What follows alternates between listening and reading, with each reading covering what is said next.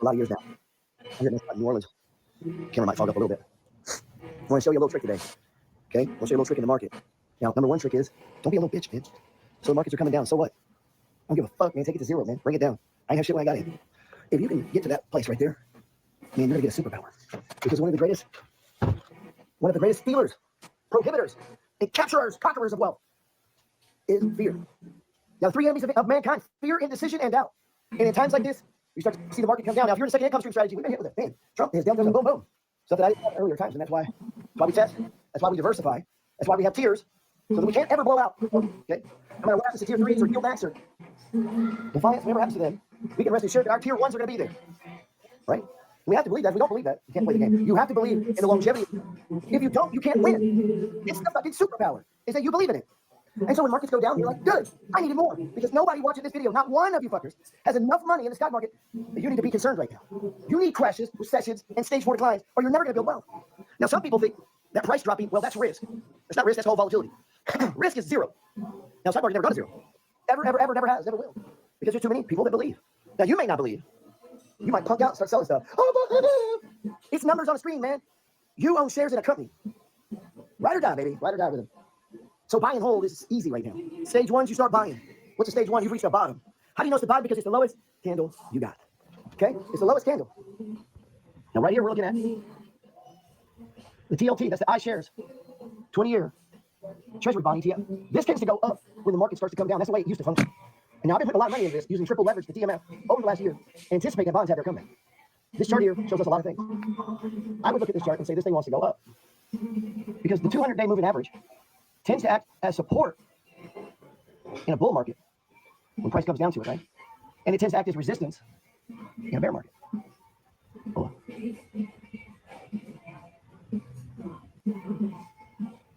See it? That's the money flow, friends. You know, the guy gets a little jacked. The reason it gets jacked here, this is why in almost every chart, is then it goes into what we call a channel. And that's what we got. Once the moving average goes sideways, it's hard to call this a breakout. It really is. But we have that true strength index. We've got that curl that I look for right here. The curl, the rollover, the rollover. See what I'm saying? The histogram, the slope of the histogram sets the momentum. Slopes up, right? What is this? Slope down. Okay. Well, we got the rollover with the slope down. That puts momentum to the downside. So right now in Bitcoin, we just got momentum to the downside. Now, everything that you're talking about there, ladies and gentlemen, that's just chart reading. I can show your kids how to read charts. You know, it's easier to show children than adults. Because a lot of times adults are coming with all this other bullshit. Well, we use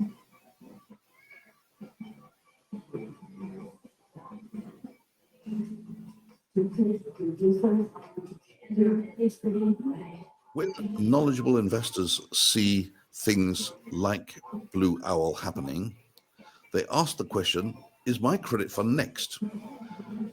They don't wait to see flames in the cinema. They smell smoke and they run for the exit. It means that they put in place a redemption request because they want to be the first in the queue. Now, here's a company you've probably already heard of. Blackstone, by the way, has no connection to BlackRock, which we'll be talking about in a minute. Blackstone is amongst the largest investment firms in the world, and it is the largest alternative asset manager. It manages money for large, wealthy investors, such as pension funds, sovereign wealth funds, insurance companies, and of course, wealthy individuals. The assets it manages are worth about $1.3 trillion. $1.3 trillion is just huge. Almost every investment manager in the world has some direct or indirect exposure to Blackstone, and perhaps you do too through your pension fund.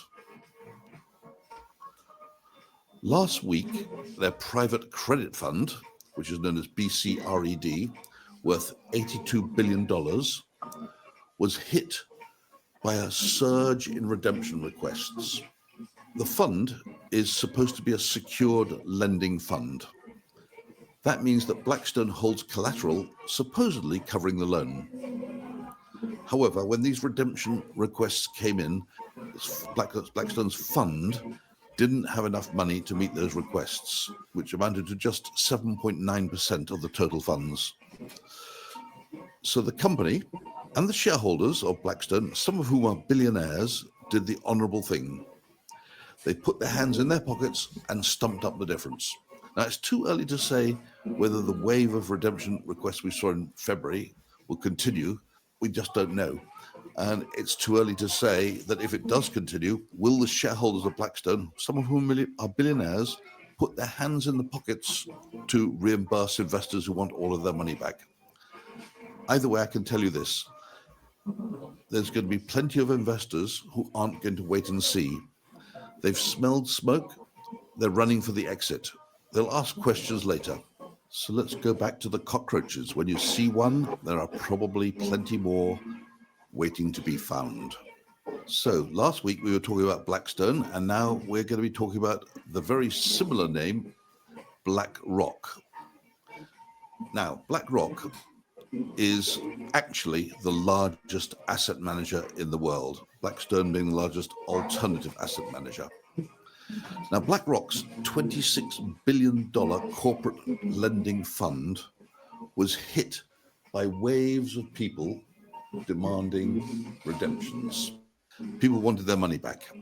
Now, that fund lends money to mid-sized companies that cannot access the public bond markets or borrow from the banks. As for the collateral which they took, it may be good or it may not be. Time will tell. However, the same story as Blackstone, the fund couldn't meet the redemption requests. So instead of putting their hands in their pockets to pay everybody what they wanted back, BlackRock invoked a never-before-used clause in its prospectus, known as the gating clause. Now, most private credit funds, in fact, all. So you can see the question here is, are your retirement accounts going to be there? Are you going to be able to withdraw them? And what's going on in the credit markets here?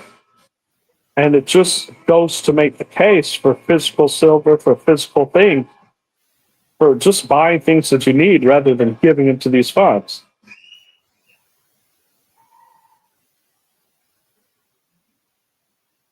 Just saying. Private credit funds will have what's called a gating clause, and it's not something they ever expect to use.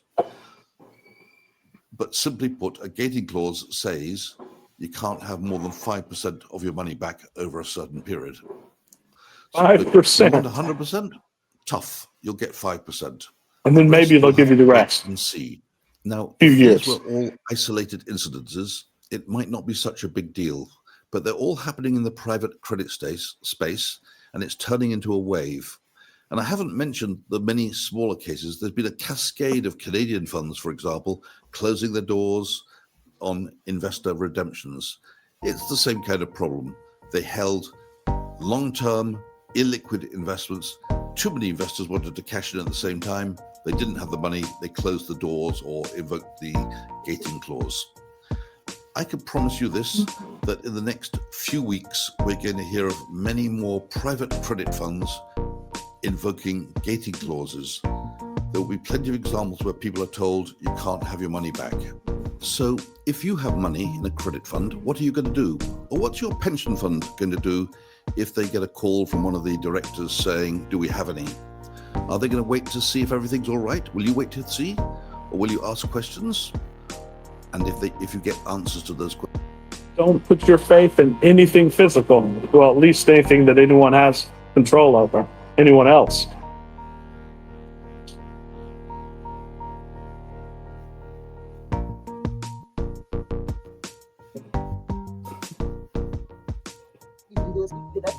production. It's like none of that shit works for you, man. Don't bring no bullshit that didn't work for you before into this game. Stick the course, man. Go in there and sell some shit you don't like. Don't sell any winners. You don't trade Tom Brady to get 4 scrubs. Keep trading to cut 4 scrubs. At the same time, keep trying. So if you're in a second income stream, you're facing a margin call, you sell shit now. You don't look back, you don't cry, you just get back down to make sure you don't get that close again. If you do, you know the consequences. And don't cry about it. Get to work about it. Don't cry about it. Don't let it happen again. That's all you gotta do, man. And don't boo-hoo about it. It's over. Warren Buffett, they asked me one time, what do you do when you have a big loss? He said, I write a check. I write a check from what I made before, put it in there, forget all about it, and move on. Because I believe in me. You have everything you need inside of you. Do more, be more, and have more. And just stop shit for real. Here, before we get off, I'm gonna show you something. All right? You got it, man. If you don't, send me a text message, see what I can do. Book a one-on-one with me. Let's talk. We'll calm you down. All right, let's look here. I'm gonna show you something real quick to raise some money. You guys might not have thought of it. It's real simple, little trick. Now you're gonna trick you something you can do. Hold on. All right, this one account here, I got 481,000. I got 117,000 unrealized gains. Here's Walmart, one of my bigger holdings. Okay. Now notice this. Price is 127 a share. Quantity 229.481. Well, let's see if Walmart is a stage 3. Look at that. Walmart is in stage 3. RSI Of 74. course, this was 3 weeks ago, but still holds. So here we wait a moment. Now, let's say we did have a stage 3 there, okay? All right, here's what we could do. It says 229 shares, 0.481. Well, let's sell 0.481.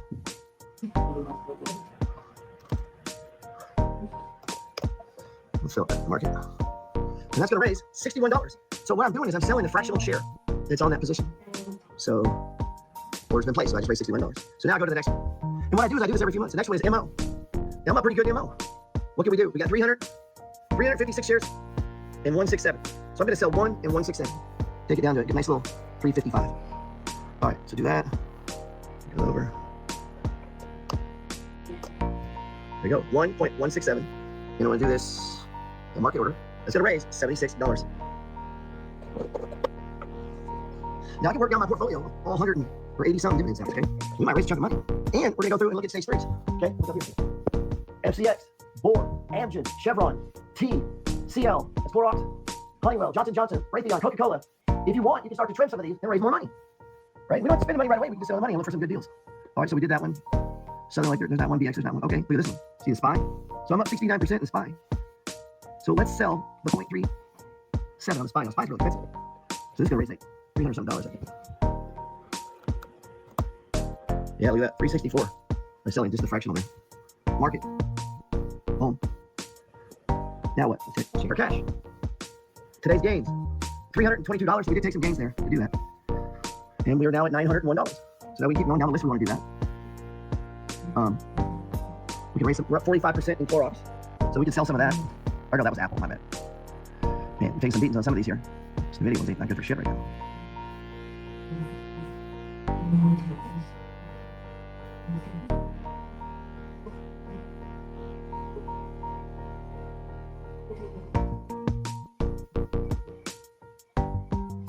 Questions, will you believe them? If you can answer it all, of course. Or perhaps you just don't care what the answer will be. You run now and ask questions later. And perhaps your pension fund manager is doing exactly that. Or maybe not. Perhaps he doesn't care about your money. So where's all this going? Well, here's the point. There are millions of individuals and businesses around the world. ADD podcast. Switching videos. I'm really just trying out the software.